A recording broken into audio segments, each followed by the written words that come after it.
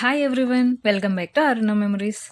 ఆహ్, జంతికలు అందరూ రొటీన్‌గా ఎప్పుడు చేసుకునే ఇంట్లో స్నాక్ ఐటమే. బట్ ఈ విధంగా నేను చేసే విధంగా ఒక్కసారి ట్రై చేసి చూడండి. ఇది ఎలా అంటే స్వీట్ షాప్‌లో లాగా క్రిస్పీగా చాలా టేస్టీగా ఉంటుందండి. తప్పకుండా అయితే ట్రై చేయండి. ఇవి చూస్తుంటేనే మీకు అర్థమవుతుంది కదా! ఎంత క్రిస్పీగా కనిపిస్తుందో. చాలా టేస్ట్ ఉంటుందండి. అండ్ చాలా క్రిస్పీగా అయితే ఉంటుంది. ఒక్కసారి ట్రై చేసైతే చూడండి. నేను చెప్పిన కొలతల్లో చేసుకుంటే జంతికలనేవి చాలా టేస్టీగా, క్రిస్పీగా వస్తాయి. ప్రాసెస్‌లోకైతే వెళ్దాము. నేనిలా హాఫ్ బౌల్ పుట్నాల పప్పు తీసుకున్నాను. దాన్ని ఏంటంటే మనం మెత్తగా మిక్సీ చేసేసుకొని జల్లెడ పట్టి రెడీగా పెట్టుకోవాలండి. మిక్సీ చేసేటప్పుడు పలుకులు ఏమన్నా ఉంటాయి కదా! అవి మనకి అడ్డుపడకుండా ఇలా మనం జల్లెడ పట్టయితే చేసుకోవాలి. శనగపిండితో కాకుండా ఈ పుట్నాల పప్పుతో ఓన్లీ పుట్నాల పప్పు ఒక్కటే దీనిలో యాడ్ చేస్తున్నామండి. అందుకని టేస్ట్ అయితే చాలా బావుంటుంది. పుట్నాల పప్పు అది పిండి చల్లించుకున్న తర్వాత హాఫ్ కప్పుకి 2 ½ వరిపిండి తీసుకుంటున్నామండి. ఇంకా ఎక్కువ తీసుకోవట్లేదు. 2 ½ అయితే వరిపిండనేది మనకి కరెక్ట్‌గా సరిపోతుందనమాట.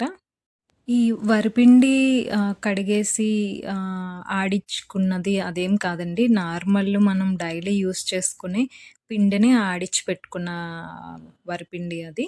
ఇక ఈ పిండిలోకొచ్చేసి కొంచెం వాము, అలానే నువ్వులు కొంచెం వేసుకున్నాము. అలానే ఈ పిండికి సరిపడా సాల్ట్‌ని కూడా మనం వేసుకుందాము. స్పైసీ కోసం కొద్దిమంది ఇలా కారప్పొడి వేసుకుంటారండి. Only chilli powder. నచ్చని వాళ్ళు అవాయిడ్ చేయొచ్చు. వీటన్నిటిని ఇంక మనం బాగా మిక్స్ చేసుకోవాలి. ఇలా మిక్స్ అయిన దాంట్లో వాటర్ యాడ్ చేసుకుంటూ మనము పిండినైతే కలుపుకోవాలి. దీనికి వాటర్ కొంచెం ఎక్కువ పడుతుందండి. కొంచెం కొంచెంగా ఇంకేసుకుంటూ పిండంతా కూడా మనం కలిపేసి ఇలా రెడీగా పెట్టుకోవాలి. చూడండి చూపిచ్చిన విధంగా ఇలా సాఫ్ట్‌గా ఉండాలి. దీనిపైన ఇది డ్రై అయిపోకుండా కొంచెం క్లాత్‌ని తడిపేసి పైన పెట్టుకోవాలి. ఇక్కడ నేను జంతికల గొట్టం వచ్చేసి స్టార్ షేప్ ఉన్నది తీసుకున్నానండి. అంటే ఇప్పుడు రొటీన్‌గా కాకుండా స్టార్ షేప్ అయితే పిల్లలు కూడా ఇష్టపడతారని చెప్పేసి, మనం రొటీన్‌గా ఉన్నదన్నా సరే మనం వేసుకోవచ్చు. ఇంక ఈ పిండిలో మనం ఏమి యాడ్ చేయట్లేదండి. ఓన్లీ పుట్నాల పప్పు, వరిపిండి. ఈ రెండిటితోనే అయితే చేస్తున్నాము. నేను ఇక్కడేంటంటే డైరెక్ట్‌గా నేను కడాయిలోనే జంతిక వేసేసాననమాట.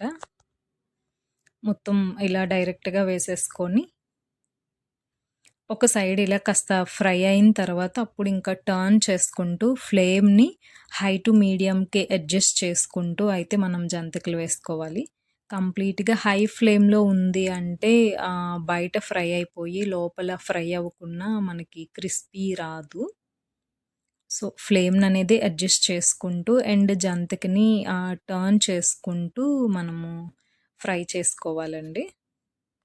జంతికలంతా మొత్తం పచ్చి పిండి కాబట్టి కాస్త ఫ్రై అవ్వటానికైతే టైం పడుతుంది.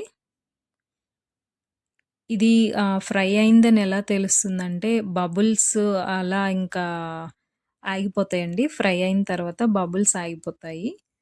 సో, ఇంకా ఆ టైంలో అయితే తీసేసుకుంటే చూడండి ఆగిపోయాయి కదా! ఇంకిప్పుడు తీసేసుకుంటే సరిపోతుంది. అండ్ తీసిన తర్వాత కూడా హీట్‌కి ఇంకాస్త ఫ్రై అయ్యి ఇంకా కంప్లీట్‌గా క్రిస్పీగా అయితే మనకు తయారైపోతుంది.